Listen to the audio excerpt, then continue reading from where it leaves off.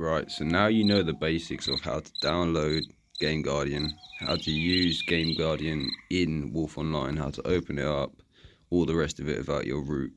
Now you're going to need to understand how to use Game Guardian, how Game Guardian works, how the game reacts to Game Guardian, and basically all of those things you need to understand to make sure that when you're using Game Guardian, you use it to the full potential, right? So most of this stuff can be found online if you search deep enough, but for the basics I'm just going to give you some examples, tell you how to use it and all the rest of it. But like you saw, when I open up Game Guardian, it told me to select a process. I select Wolf Online because this app basically changes data in the background. So now what I'm going to do is run a few scripts, which is essentially just Game Guardian, telling Game Guardian what to do in the background, so that I'm not manually inputting all of the values and all of the data and stuff like that. But you just got to think of Game Guardian like Google, for instance. You search for something, it comes up, but instead of clicking on the link, what you do is you change what the link says. So now this is a personal script that I've wrote with studying other scripts basically, but this little init button is just going to do a few little things, and as you can see right now, nothing has happened, right? It says that I've got fire pause, it says I've got everything else, but you see nothing's come up on the screen because we've changed the data on the client side. Now we need to then reload the server. So then when we reload the server, we get all of the stuff. All of the data then gets updated, right? So you see before I didn't have fire pause, now I have fire pause. You saw before I didn't have the pet button, now I have the pet button. And stuff like that you can do with Game Guardian. You can do quite a lot with Game Guardian, right? Because all you're really doing is just changing values in the game. And one thing I will say is if you change too many values, or maybe you change like a certain value that gets checked constantly, then you will crash the game. And especially if you're using a mod as well, like cyber mod or something, because the cyber mod already has changed values. When you're trying to change more values in the cyber mod, you end up basically crashing yourself quite a lot. But now I'll go back into combat field and I'll show you the basics of how Game Guardian works. So if we look at all of these strings, we have the Pink John, which is obviously the name. Then we have the Pink John pet tiger, right?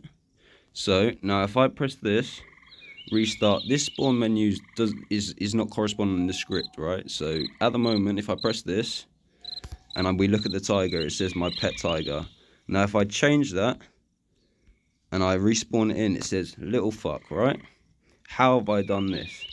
Well, quite simply, if we come into Game Guardian and we use this search value here, this will search for any value in the game data. So if we use the semicolon, then it will basically tell Game Guardian that we're trying to search for a letter or a word or a string, basically, instead of a number.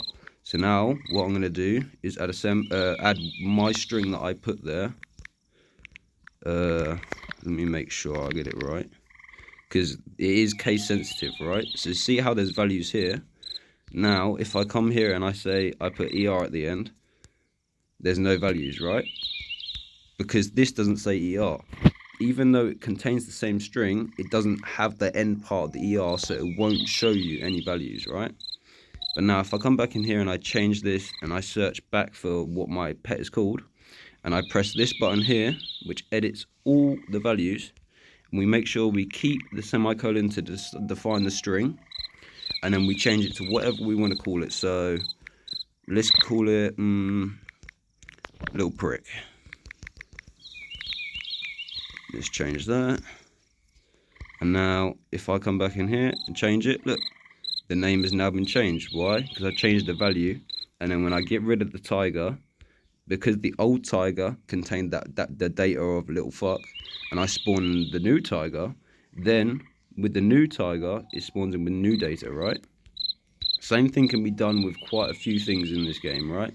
The fire pause. The fire pause is simply just an effect. You change the value to say 1 or 0. It's pretty much that simple.